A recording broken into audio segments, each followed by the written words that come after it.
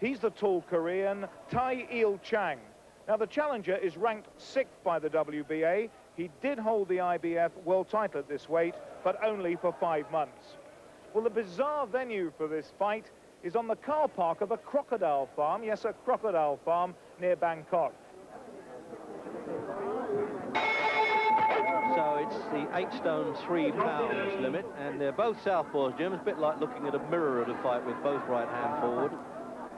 Yeah, well, sometimes two southpaws make a bad fight, but it's not a thing I agree with.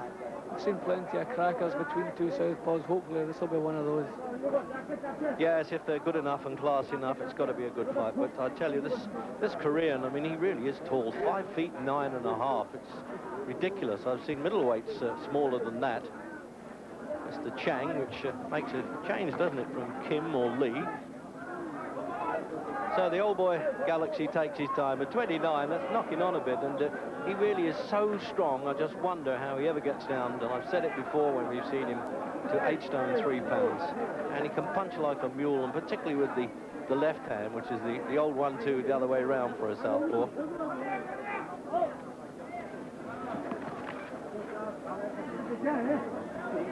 He can't be a bad opponent, actually, Chang. I mean, he did hold that IBF version in '87 and the Orient and Pacific titles.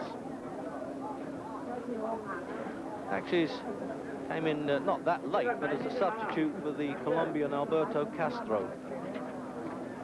But I don't know, Galaxy's such a competent fighter that I shouldn't think he worries who they put in with him.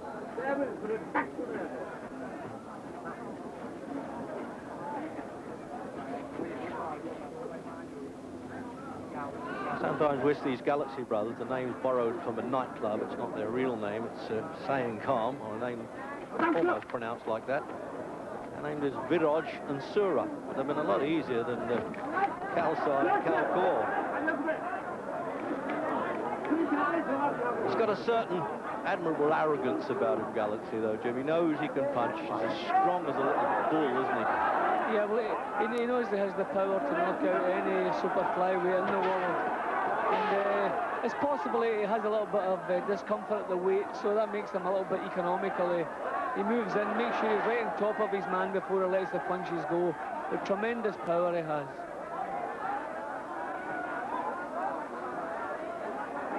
He actually stepped out of the crowd when he was a kickboxer, the old blue tide, who as a substitute in a Western style contest, and that's how he began in this game, and it's just as well for him with all those defences that he's made. Unbeaten in eight years, and he's only had the 1 loss anyway.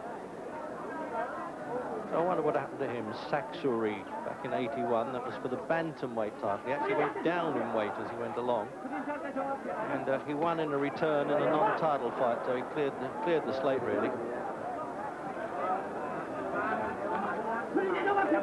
Japanese referee Asao.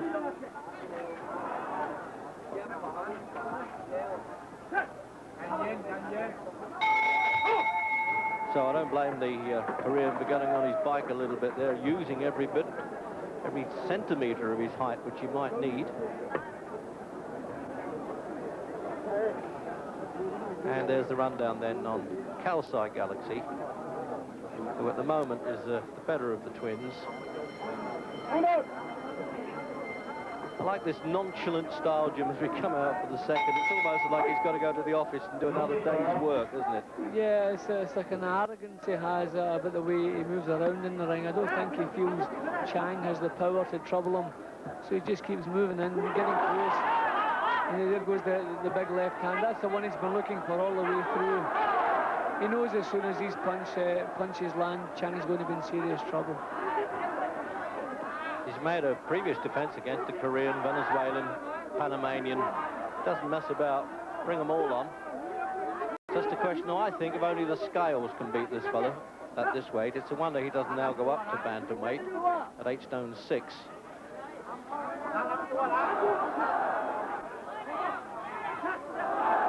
Hasn't got the best defense in the world, Galaxy, but he doesn't need it. And the crowd chanting with that one. They're absolutely baying, aren't they, as he throws that left hand in.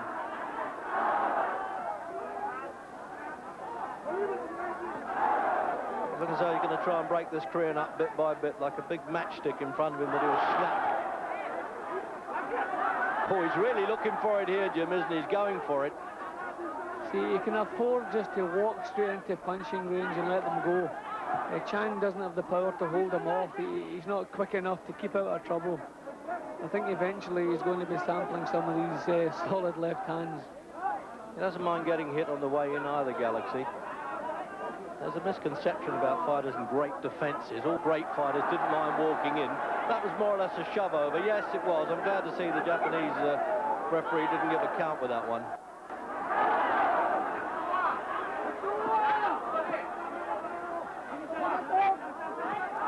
Oh, that was the one.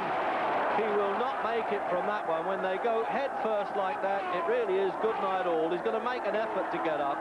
Galaxy taking his applause, waving to the crowd. And he's just falling to pieces there as he tries to get up. And there's no point in completing the count because he could be there a fortnight. He wouldn't be in a state to fight on. What another win then for Khaosai Galaxy. This little Thailander, I mean, he's so formidable at this weight.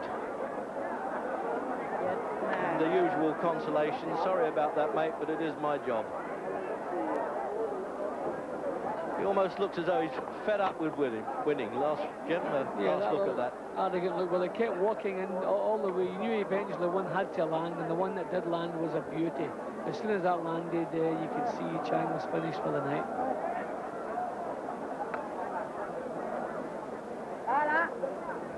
So the game loser, as I say, on his way out. And a familiar pose. So another